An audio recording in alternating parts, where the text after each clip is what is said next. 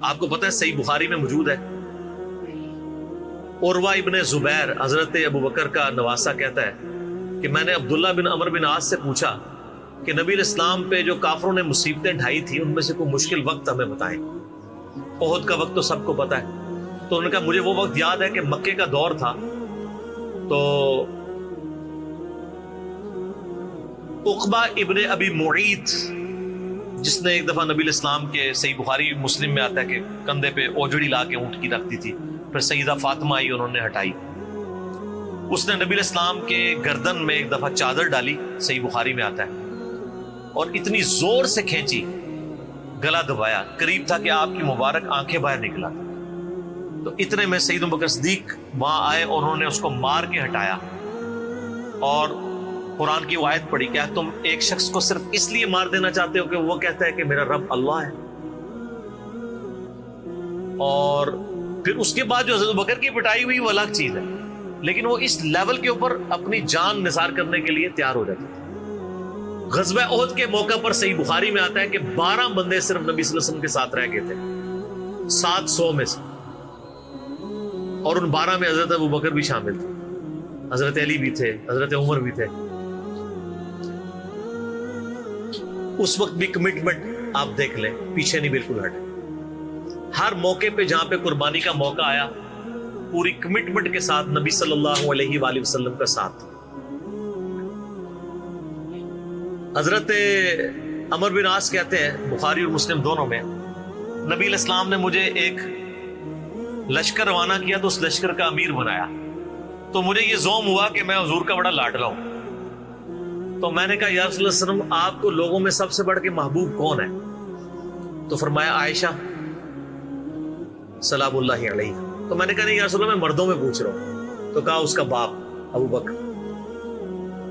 پوچھا اس کے بعد، کہا عمر، اور پھر کہتے ہیں میں حضور سے پوچھتا گیا، آپ نام لیتے کہ میرا نام کوئی نہیں لیا، پھر میں خاموش ہو گیا کہیں میں ان بندوں میں شامل ہی نہ ہوں۔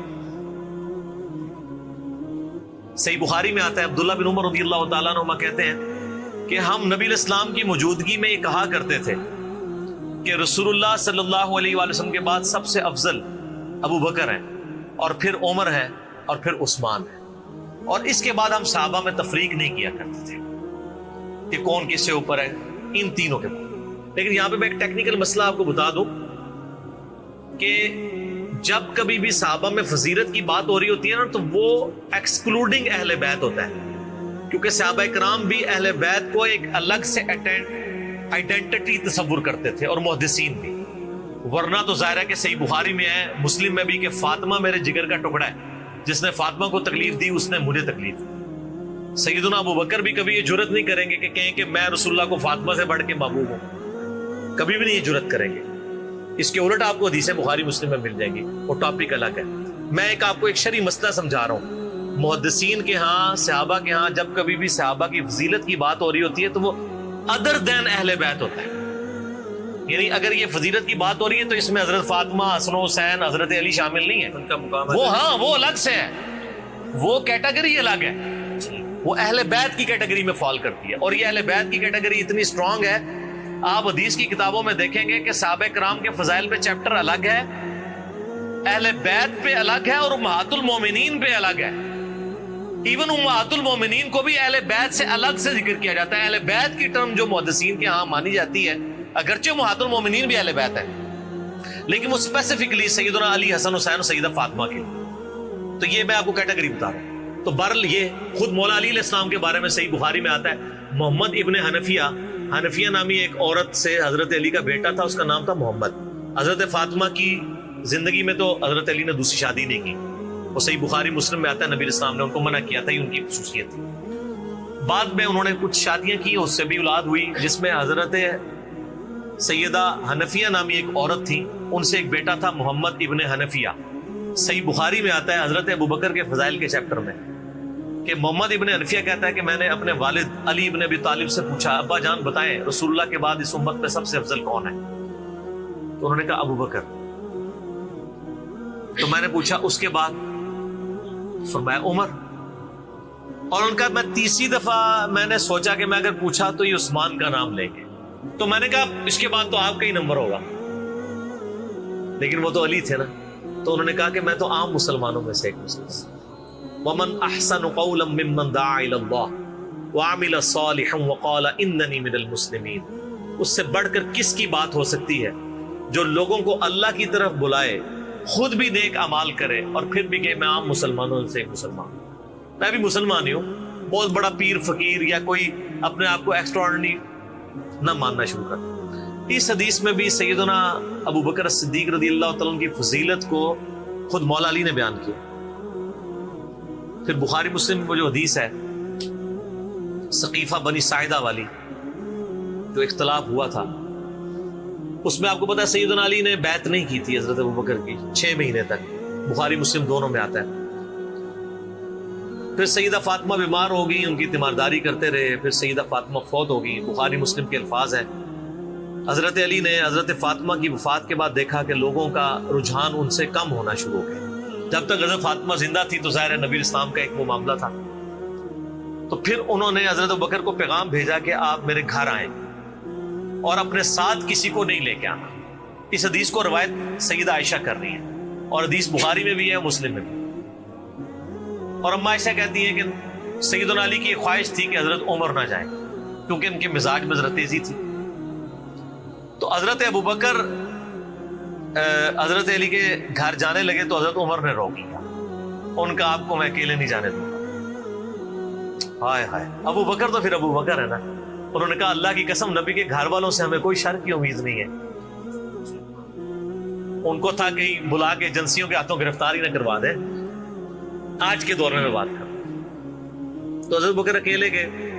سیدنا علی نے حضرت بکر سے کہا کہ اللہ نے جو آپ کو ہم پہ فضیلت دی ہے اس امر خلافت میں، ہمیں آپ سے کوئی حسد نہیں، لیکن نبی الاسلام کی قربت کے ناطے اور آپ کے اہل بیت ہونے کے ناطے ہم یہ سمجھتے ہیں کہ ہمیں اس مشورے میں شامل کرنا چاہیے تھا۔ تو سیدنا ابوبکر نے رونا شروع کر دیا۔ رونے کا مطلب یہ تھا کہ انہوں نے اس چیز کو ایکسپٹ کیا کہ یہ ٹیکنیکلی مسئلہ مس ہینڈل ہوا ہے، لیکن وہ کیوں ہوا وہ میں نے پورا 3 گھنٹے کا لیکچر ریکارڈ کروایا۔ مسئلہ 55B، وصی رسول کون ہے اور حدیث قرطاس کا تحقیقی جائزہ۔ جب رونا شروع کیا تو سیدنا علی نے کہا کہ بس اب میں آپ کی اعلانیہ بیعت کروں گا، یہ ہے للہیت، ورنہ وہ کہتے کہ ابوبکر میں بیعت کرتا ہوں باہر جا کے بتا دینا، یہ کام ہوتا تو اکڑ والا ہوتا، لیکن وہ تو علی تھے، اکڑ تو دور دور تک نہیں تھی، زہد تھا، عاجزی تھی، اللہ کا تعارف تھا۔ کہا میں اعلانیہ بیعت کروں گا آپ کی۔ آج کے ہوتے تو کہتے جی باہر جا کے آپ بتا دیں، میں ایک ٹویٹ کر دوں گا پیچھے سے کہ بس ہو گئی ہے ہمارا آپس میں۔ ظہر کے وقت بخاری مسلم کے الفاظ ہیں، سیدنا ابو بکر نماز کے بعد ممبر پہ چڑھے اور حضرت علی کے فضائل بیان کیے اور پھر بیان کیا کہ ان کے بیعت نہ کرنے کی وجہ کیا تھی، اور پھر ممبر سے نیچے اتر آئے۔ پھر حضرت علی ممبر پہ چڑھے اور حضرت ابو بکر کے فضائل بیان کیے اور اپنے بیعت نہ کرنے کی وجوہات بتائیں، اور پھر اعلانیہ بیعت کی، اور حضرت علی ممبر سے اترے تو تمام مسلمان پھر حضرت علی سے خوش ہو گئے کہ انہوں نے اس مسئلے میں قربانی والا معاملہ کیا۔ تو یہ بھی ایک موقع تھا۔ اس میں الفاظ ہیں کہ حضرت ابوبکر کہتے ہیں اللہ کی قسم حضرت علی سے روتے ہوئے کہ مجھے نبی کے گھر والے اپنے گھر والوں سے بڑھ کے عزیز ہیں۔ اور آپ کو مزے کی بات بتاؤں، صحیح بخاری میں ایک کریٹیکل حدیث ہے حسن حسین کے چیپٹر کے اندر، امام بخاری نے ڈالی ہے، وہ امہات المومنین کے چیپٹر میں نہیں ہے، حسن حسین والے چیپٹر میں ہے، کہ حضرت ابوبکر کہتے ہیں کہ رسول اللہ کے قرب کو ان کے اہل بیت کے قرب میں تلاش کرو۔ کون کہہ رہے ہیں؟ حضرت ابوبکر۔ اور اہل بیت سے مراد کون؟ سیدنا حسن حسین، کیونکہ امام بخاری نے اس حدیث کو حضرت ابوبکر کے قول کو حضرت حسن حسین والے چیپٹر میں لیا کہ محمد صلی اللہ علیہ وآلہ وسلم کی قربت کو ان کے اہل بیت کی قربت میں تلاش کرو۔ تو سیدنا ابوبکر صدیق رضی اللہ تعالیٰ عنہ کو نبی الاسلام سے نسبت رکھنے والی ہر چیز بڑی بڑھ کر محبوب تھی، چاہے وہ آپ کے اہل بیت ہوں یا آپ صلی اللہ علیہ وآلہ وسلم کی قریبی کو رشتہ دار ہوں، ہر معاملے میں۔ اس لیے آپ دیکھیں نا، کمپرومائز آپ کو کہیں نظر نہیں آتا۔ سر بخاری میں آتا ہے کہ صلح حدیبیہ کے موقع پر حضرت عمر سے بھی تھوڑی سی مس ہینڈلنگ ہو گئی تھی، یا رسول اللہ ہم کیا حق پہ نہیں ہیں، پھر دب کے کیوں صلح کر رہے ہیں؟ حضور نے فرمایا کہ میں اللہ کا پیغمبر ہوں۔ پھر بھی تسلی نہیں، حضرت ابوبکر کے پاس آئے، پھر حضرت ابوبکر نے ڈانٹا کہ عمر وہ اللہ کے پیغمبر ہیں، اور حضرت عمر کہتے ہیں مجھے پوری زندگی اس چیز کا غم رہے گا کہ میں نے بڑی جرأت دکھائی۔ الٹیمیٹلی ثابت ہوا کہ صلح حدیبیہ والا جو معاملہ تھا وہ مسلمانوں کے حق میں شامل ہوا، لیکن حضرت ابوبکر کا آپ ایمان کا لیول دیکھیں کہ وہ سرکمسٹانسز پہ نہیں جاتے تھے، وہ کہتے تھے اللہ کے پیغمبر نے فیصلہ کیا، الٹیمیٹلی اسی میں خیر ہو۔ ان کا ایمان اس لیول کا تھا کہ وہ عقلی دلائل کو بعد میں رکھتے تھے، اور وہاں پہ بھی آپ کو نظر آیا ہے، اور انہوں نے حضرت عمر کو کہا کہ عمر وہ اللہ کے پیغمبر ہیں، جو فیصلہ کر رہے ہیں وہ ٹھیک ہے۔ اسی لیے ہر مسئلے میں آپ کو احتیاط کا پہلو نظر آتا ہے۔ پھر بخاری میں آتا ہے جب مرتدین زکات تھے، حضرت عمر جیسے لوگ بھی کہہ رہے تھے اتنے معاذوں پہ آپ جنگ نہ کھولیں، پہلے کچھ قبائل مرتد ہو گئے ہیں، رومن امپائر چڑھی دوڑی ہے، پرشین امپائر کے ساتھ ہم نے سارے معاملات شروع کیے ہوئے ہیں، اتنے معاذوں پہ ہم کیسے لڑیں گے؟ تو سیدنا ابوبکر نے کیا کہا تھا؟ اللہ کی قسم کو رسول اللہ کے زمانے میں جانور دیتا تھا اور اس کے ساتھ ایک رسی بھی دیتا تھا، اور اب نہیں دے گا نا میں اس کے خلاف بھی قتال کروں گا، اکیلا مجھے کرنا پڑے۔ جس طرح نماز اللہ کا حق ہے، اسی طریقے سے زکات بھی اللہ کا حق ہے۔ جو نماز اور زکات میں فرق کرے گا میں اس کے خلاف قتال کروں گا۔ وہ ریٹ آف دی گورنمنٹ کو چیلنج کر رہا ہے۔ حضرت عمر کے الفاظ ہیں بخاری میں کہ اللہ تعالیٰ نے ابوبکر کا سینہ کھول دیا تھا اس مسئلے میں، اور ابوبکر کی باتیں سن کے ہمارا سینہ بھی کھل گیا، حالانکہ پورے صحابہ ایک طرف کھڑے تھے، ابوبکر ایک طرف کھڑے ہوئے تھے۔ ان کی جو نبی علیہ السلام سے کمٹمنٹ تھی نا وہ ان کو ہٹنے نہیں دیتی تھی۔ صحیح بخاری میں آتا ہے، آپ کو پتہ ہے لشکر اسامہ کے اوپر بڑے بڑے صحابہ نے اعتراض کیا کہ یہ اسامہ تو کل کا بچہ ہے 15-16 سال کا، اتنے سینئر صحابہ اس کے انڈر لگا دیے ہیں۔ نبی علیہ السلام نے وفات کی وصیت کی تھی کہ لشکر اسامہ بھیجنا ہے، اور رومن امپائر کیونکہ انہی کے باپ شہید ہوئے تھے نا، زید ابن حارثہ غزوہ موتا کے اندر۔ اب جب وفات نبی علیہ السلام کی وفات ہوئی تو پھر لوگوں کو آ کے لوگ مشورے دے رہے ہیں حضرت ابوبکر کو کہ اب تو آپ نے ڈیسیژن کرنا ہے تو اسامہ کو چینج کر دیں۔ ہائے ہائے، انہوں نے کہا میں اسامہ کو جس کو نبی علیہ السلام نے امیر مقرر کیا میں اس کو چینج کروں؟ یہ ہو بھی نہیں سکتا۔ یہ ان کی کمٹمنٹ کا لیول تھا۔ تراویح کی جماعت نہیں شروع کرائی، سر کمٹمنٹ کا لیول دیکھیں۔ بھئی نبی علیہ السلام نے نہیں کرائی، میں نے بھی نہیں کرانی۔ حضرت عمر نے بھی 3 سال نہیں کی، بعد میں کروائی، لیکن اس میں ساتھ ہی انہوں نے، صحیح بخاری میں موجود ہے کہ اس سے افضل یہ ہے کہ جو رات کے آخری پہر میں اٹھ کے کوئی گھر میں نماز پڑھ دے، یہ صرف جواز کی حد تک۔ لیکن حضرت ابوبکر کی اطاعت کا لیول آپ دیکھیں، انہوں نے تراویح کی جماعت بھی نہیں شروع کروائی کہ نبی علیہ السلام نے نہیں کروائی، میں کیوں کرواؤں؟ بخاری میں الفاظ ہیں، اما عائشہ کہتی ہیں نبی علیہ السلام نے جب وہ ڈانٹ دیا تھا نا اور کہا تھا گھروں میں نماز پڑھو، تو معاملہ اسی طرح ہی رہا۔ پھر حضرت ابوبکر نے بھی پوری زندگی کسی کو تراویح پہ نہیں ابھارا، سب لوگ اپنی اپنی پڑھتے تھے۔ حضرت عمر کے بھی 3 سال گزرے۔ میں آپ کو یہ بتانا چاہ رہا ہوں کہ حضرت ابوبکر کسی معاملے میں رسول اللہ صلی اللہ علیہ وسلم کو کراس نہیں کرتے تھے۔ میری اپنی زندگی کا نچوڑ ہے، آپ اختلاف بھی کر سکتے ہیں۔ میں نے علمی دلائل کے ساتھ یہ چیز لرن کی ہے کہ خلفائے راشدین میں 2 بندے ایسے ہیں جنہوں نے کسی جگہ ایک رتی برابر بھی رسول اللہ صلی اللہ علیہ وسلم سے ہٹنے کی کوشش نہیں کی ہے۔ ایک حضرت ابوبکر اور دوسرے حضرت علی۔ حضرت عمر اور عثمان کی زندگی میں آپ کو کئی واقعات ایسے ملیں گے کہ انہوں نے اجتہاداً کچھ ایسے کام کیے ہیں جو بعد میں ان کو ریورس کرنے پڑے ہیں، انہوں نے اپنے اجتہاد سے کیے، ان کا معاملہ اللہ کے سپرد۔ لیکن حضرت ابوبکر اور حضرت علی جو تھے، یہ 2 پرسنالٹیز ایسی تھیں کہ ان میں جو سنت کو فالو کرنے کی کمٹمنٹ تھی نا وہ ایسی تھی کہ وہ اپنی عقل کو دوسرے نمبر پہ رکھتے تھے۔ ابو داؤد میں حدیث نہیں، حضرت علی کہتے ہیں اگر عقل پہ جانا ہوتا نا تو میں پاؤں کے نیچے کا مسا رکھتا موزوں پہ، کیونکہ وہ گندا تو وہ ہوتا ہے ایسا، لیکن سنت کہتی ہے اوپر، کہتا اوپر پہ حجت متو۔ ایون صحیح بخاری میں آتا ہے جب قرآن جمع کرنے کی باری آئی تو کس نے مخالفت کی؟ حضرت ابوبکر نے۔ میں وہ کام کیوں کروں جو رسول اللہ نے نہیں کیا؟ پھر صحابہ سے ڈیبیٹ ہوئی، الٹیمیٹلی حضرت ابوبکر صدیق قائل ہوئے۔ ان کا پہلا جواب ہمیشہ ہوتا تھا نا، نبی نے نہیں کیا، نہیں کرنا۔ اب میرے ساتھ بحث کرو، قائل ہوں گا اور دیکھوں گا کیا رسول اللہ صلی اللہ علیہ وسلم کی منشا اس میں شامل تھی تو میں ایگری کروں گا، ادروائز نہیں۔ اسی وجہ سے حجت تمتع پہ بھی پابندی نہیں لگائی، حضرت عمر نے لگائی، بعد میں ریورس کرنی پڑی، حضرت عثمان نے بھی لگائی، پھر ریورس کرنی پڑی، صحیح بخاری میں آتا ہے حضرت علی نے مخالفت کی۔ لیکن حضرت بکر کی زندگی میں آپ کو سنت کے ساتھ کمٹمنٹ کا یہ لیول ملے گا، کبھی ان کو کوئی ڈیسیژن ریورس نہیں کرنا پڑا۔ ان کی نبی علیہ السلام کے ساتھ جو عقیدت تھی نا، اور ہر معاملے میں، حتیٰ کہ صحیح بخاری اور مسلم میں آتا ہے، اور نبی علیہ السلام کا کیا ریگارڈ ہے، بخاری مسلم دونوں میں آتا ہے کہ نبی صلی اللہ علیہ وآلہ وسلم نے یعنی بیماری کے دن تھے آپ کے. آپ نے فرمایا کہ ابو بکر کو میری جگہ نماز پڑھائے. تو حضرت عائشہ کہتی ہیں کہ میں نے کہا یا رسول اللہ صلی اللہ علیہ وسلم میرے باپ جو ہے رقیق القلب ہیں, آپ کی جگہ مصلی پہ کھڑے ہوں گے نا تو وہ برداشت نہیں کر سکیں گے کہ یہ دن بھی دیکھنا پڑا کہ اللہ کے نبی مصلی پہ نہیں آئے اور میں ان کی جگہ کھڑا ہوں, تو نماز نہیں پڑھا پائیں گے. تو آپ فرمایا لا, ابو بکر کو کہو کہ نماز پڑھائیں. پھر انہوں نے ریکویسٹ کی, نبی علیہ السلام اتنے غصے میں آئے. بخاری اور مسلم کے الفاظ ہیں, آپ نے فرمایا تم تو یوسف والیاں ہو. ہوئے ہوئے ہوئے, یوسف کو کس نے تنگ کیا تھا؟ زلیخا اور باقی عورتوں نے. کتنی نٹوریس مثال تھی اگر آپ کمپیئر کرنا شروع کریں. بالکل 100% بٹھائیں تو حضرت یوسف کو تنگ کیا نا, اپنی طرف مائل کرنا چاہتی تھی.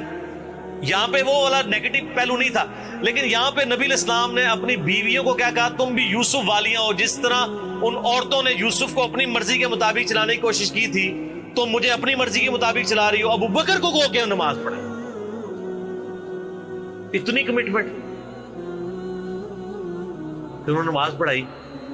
صحیح بخاری میں آتا ہے, اما عائشہ کہتی ہیں حضور اپنی وفات کے دنوں میں کہتے تھے, عائشہ میرا ارادہ ہے میں تیرے بھائی عبد الرحمن بن ابی بکر اور تیرے باپ ابی قحافہ ان کی یعنی کنیت تھی, اس کو بلاؤں اور ان کو میں لکھ دوں. مجھے خطرہ ہے کہ میرے بعد کوئی ڈیمانڈ کرے گا, لیکن اللہ اور میری امت ابو بکر کے علاوہ کسی کے لیے راضی نہیں ہوگی. یہ تو بعد میں پتہ چلا نبی علیہ السلام اشارتاً کیا بات کر رہے تھے, امر خلافت. اس حدیث کے تحت میں نے 55B مسئلے میں بتایا کہ نبی علیہ السلام اگر اپنی زندگی میں کسی کو خلیفہ نامزد کرتے تو حضرت ابو بکر کو کر کے جاتے, کیونکہ نبی علیہ السلام بادشاہ نہیں تھے, اللہ کے پیغمبر تھے. آپ اپنے خاندان میں کبھی بھی یہ معاملہ نہیں کر سکتے تھے, اور یہ بات صحابہ کرام کو پتہ تھی. لیکن جب اللہ نے آپ کو گارنٹی دی کہ اللہ اور میری امت ابو بکر کے علاوہ کسی پہ راضی نہیں ہوگی, تو پھر نبی علیہ السلام نے اس مسئلے کو ان اٹینڈڈ چھوڑ دیا.